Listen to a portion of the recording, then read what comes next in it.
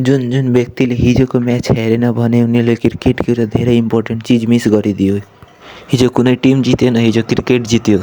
एउटा तर्फबाट इङ्ल्यान्ड जुन आफ्नो फेयरलेस क्रिकेटको लागि चिनिन्छ भने अर्को तर्फबाट नेपाल जुन नेभर गिभ अप एटिट्युडको लागि चिनिन्छ।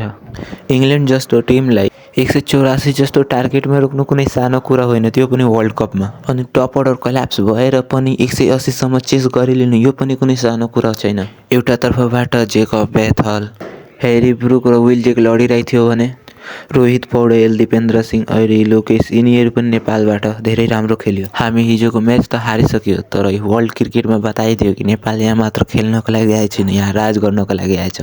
नेपाल यस्तै खेलियो भने केही सालपछि नेपाल पनि इन्डिया, अस्ट्रेलिया, इङ्ल्यान्ड जस्तो टप कन्ट्रीमा गिनाउँछ। एउटा सिङ्गल म्याचले डिसाइड गर्दैन कि नेपालले T20 जित्छ कि जित्दैन। 2024को आइपिएलमा आरसिबीसँग मात्र 1% चान्स थियो अनि उहाँहरूले त्यो 1%लाई 100%मा कन्भर्ट गरिदियो। अहिले पुरै वर्ल्ड कप त बाँकी नै छ, त्यसैले डोन्ट वरी।